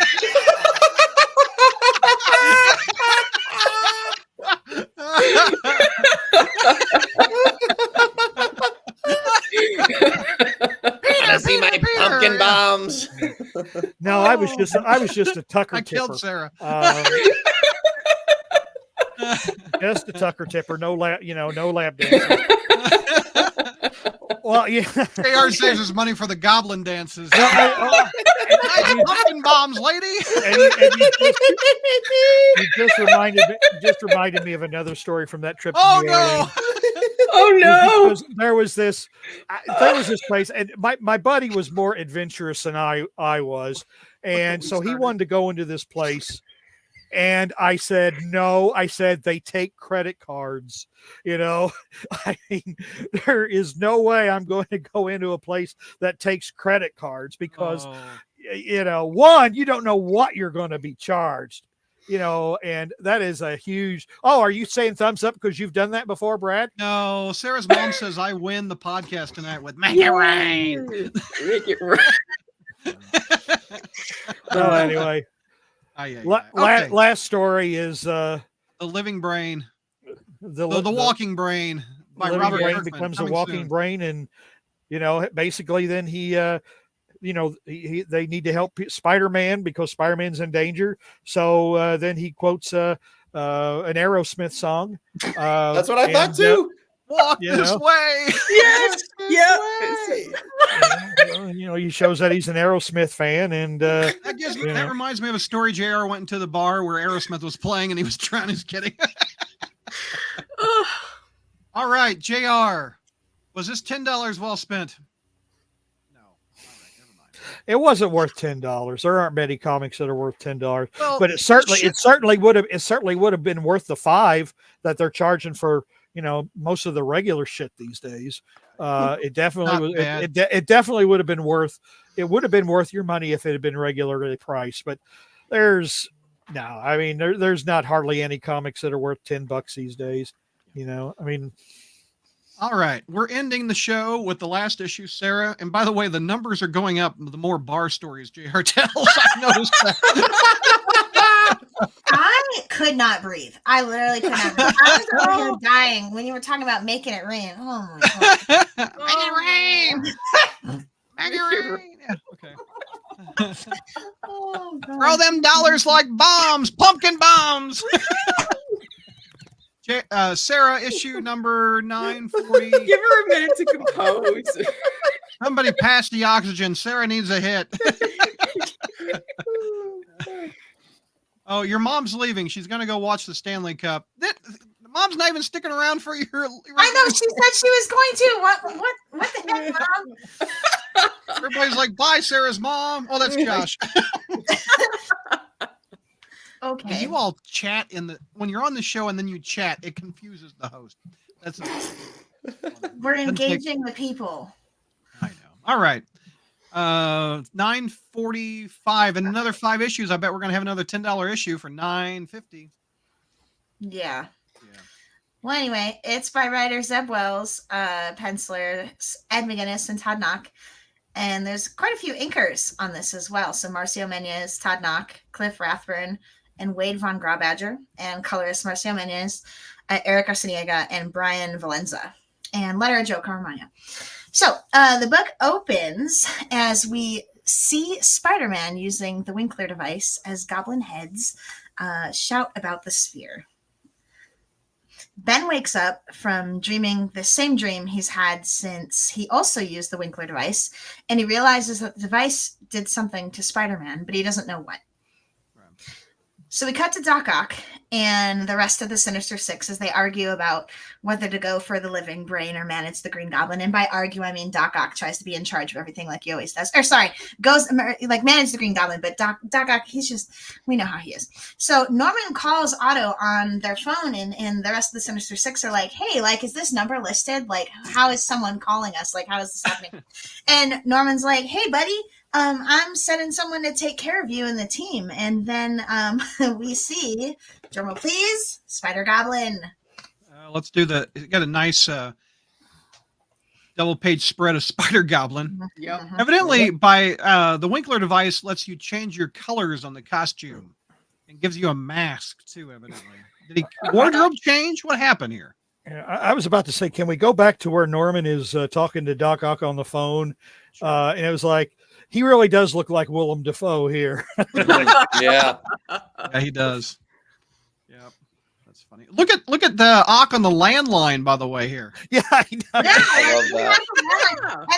and they're like, is this listed? Like, who's calling us? Like, why do you even have a phone like that? Like, I don't know. Don't we have cell phones? Like, what's the point?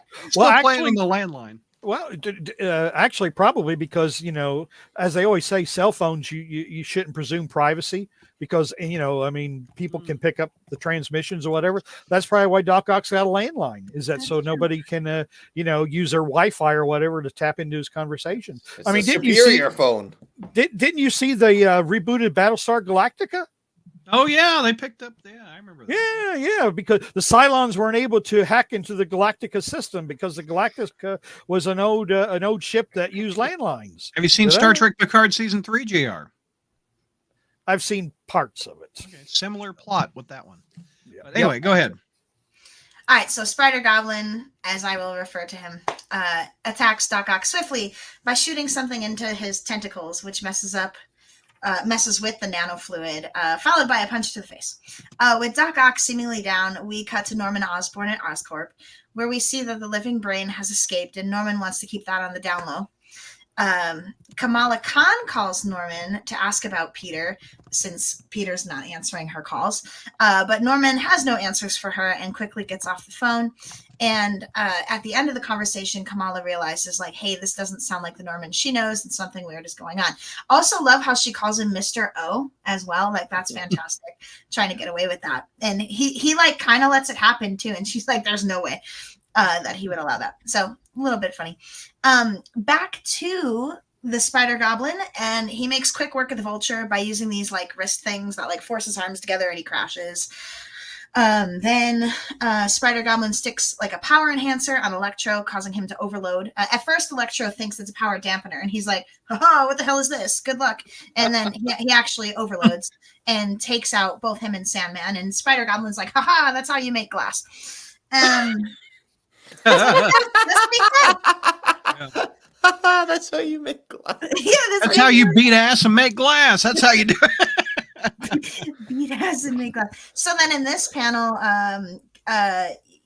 Captain America, Wolverine, Doctor Strange, and Spider-Woman show up to stop the Spider Goblin, saying that, like, hey, this is not who you are. Spider Goblin then pounces on Mysterio and beats the crap out of him until Mysterio begs him to stop. Like, just, I don't know what the stick thing, I don't know what that is, but just beats him over the head. And then Kraven, he's like, oh no, I'm going to die. And then Kraven appears in time to save Mysterio from death and tries to reason with Spider Goblin. However, there's no reasoning. How he's... like Kraven is talking about, hey, you're sick with the sins of Norman Osborn, and I'm gonna be here to save the day and set you free again. Using the spear, Kraven stabs Spider Goblin, but nothing happens. That's when you know that you're screwed. Spider Goblin explains that he doesn't have Norman's sins. Norman didn't take his soul; he took his brain. As Spider Goblin crushes Kraven's head, a web line stops him, and we see Chasm is here to save the day. Maybe to be continued. Aha blast, Spider-Man to the rescue. Yep.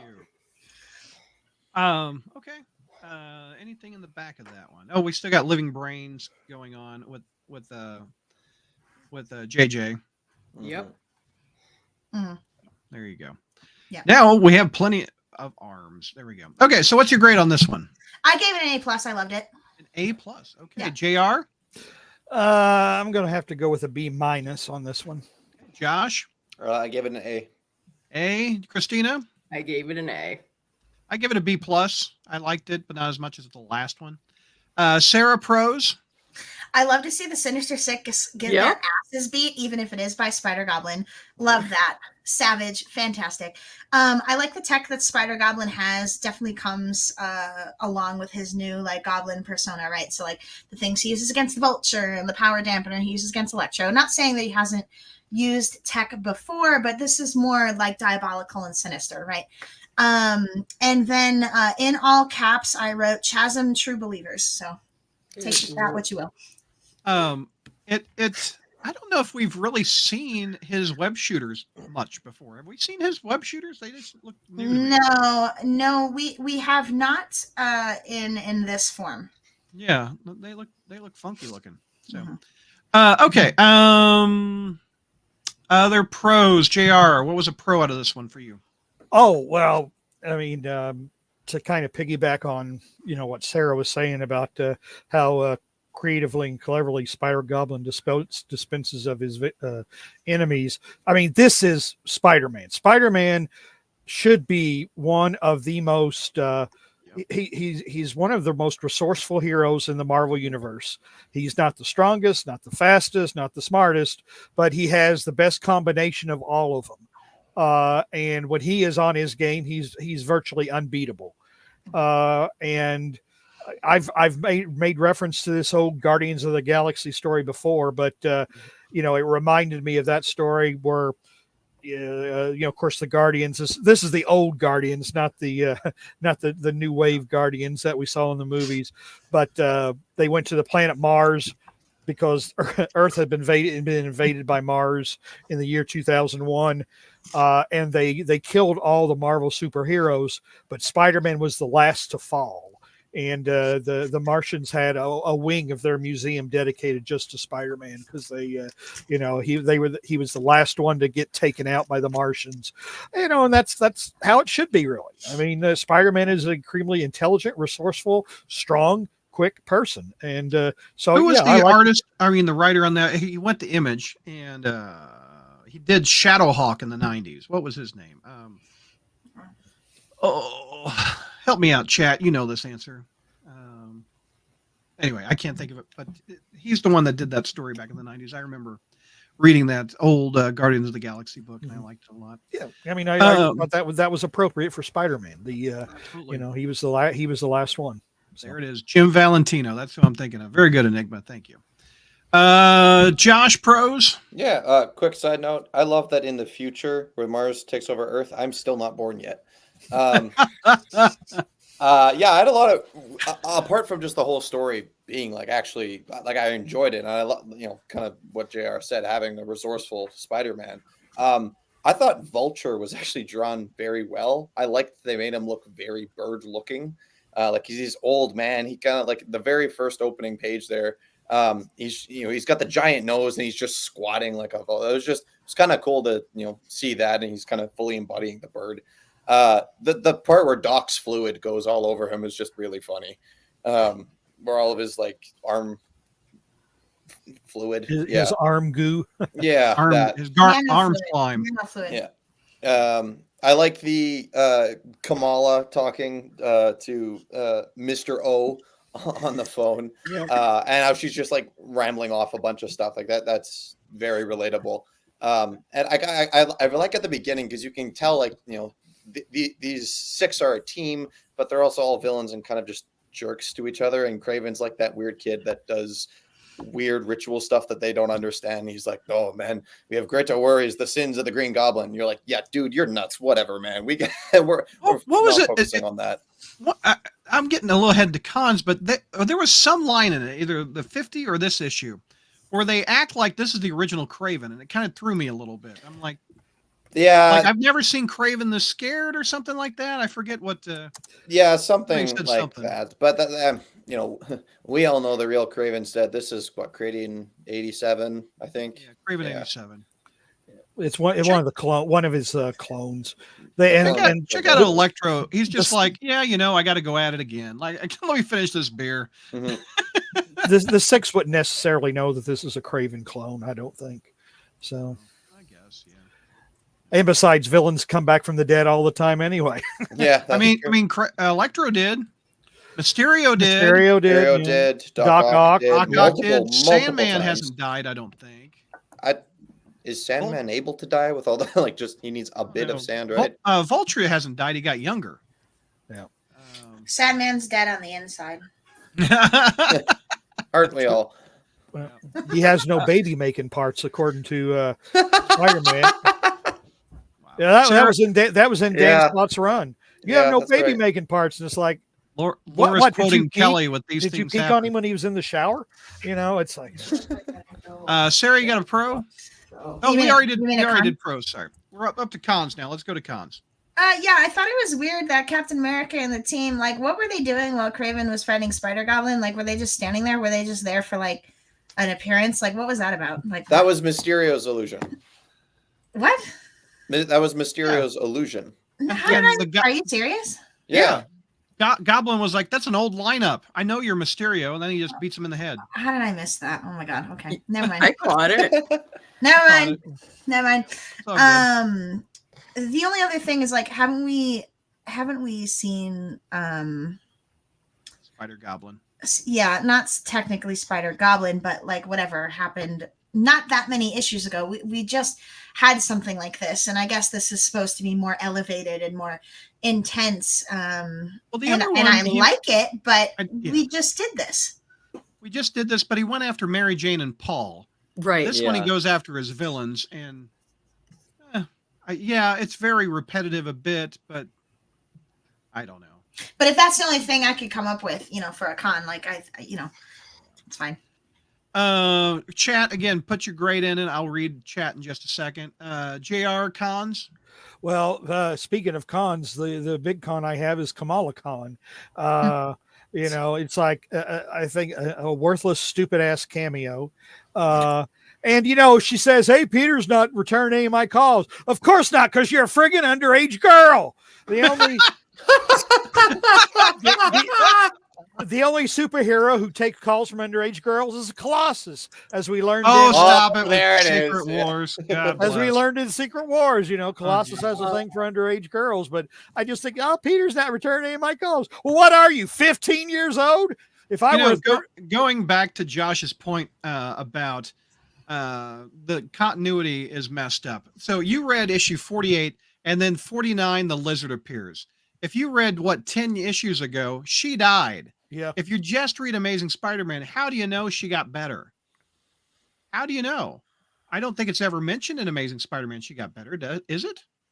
I know Peter and Miles talk about it, but I don't remember what book it was in. There's one where Peter and Kamala talk about it. Yes. And JR went over this saying that Peter basically just looks like Tom Holland knockoff in it, but I think that might have been in a really big issue. Yeah, it's probably one of those backups. Anyway, I just think that's confusing. Anyway, so Peter's probably thinking, I don't want to be arrested by taking calls from an underage girl. But so that was my big con. And then there's Craven's Benny Hinn impersonation, where he says, "Be healed." So be healed. There you go. Release the evil. Josh, cons. I don't really have any cons other than it's just not a full, complete story, and kind of like what Sarah said. We've seen this a little bit already. It is slightly different, but it seems like recycled. He's recycling his own ideas now. Yeah, that's true. That's true. Christina, cons.